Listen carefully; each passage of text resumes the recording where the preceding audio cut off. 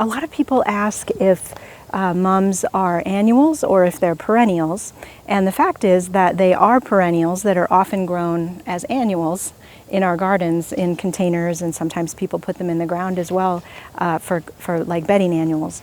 But the fact is they're actually perennials and mostly hardy in zones 5 to 9. I'm in zone 5 here. There are some that are bred to be hardier. They're hardy in zones 4.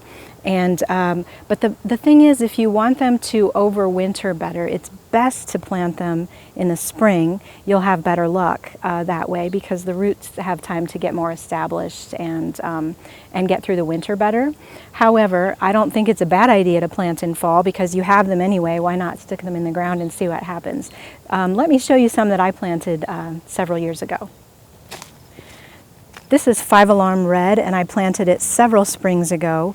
Spring, as I mentioned, is really the best time to plant mums, but they don't just jump out at you at the garden center. So sometimes you'll have to look a little bit in the spring, but you'll be really glad in the fall that you did. I got this mum because some people at the office at Garden Gate, the team at Garden Gate, was sharing this 5-alarm mum, and so I was able to get some divisions. And that's an interesting thing about mums too, is that they need to be divided every few years, or else they get kind of woody in the middle and split out. And so if you divide them, then you'll have plenty to share. When you dig the clump up, you'll get several, it'll almost fall apart in your hands. You'll have several shoots that can be planted, and you'll have lots to spare. So plant yours back in the ground and share some with friends, and then you'll be good to go.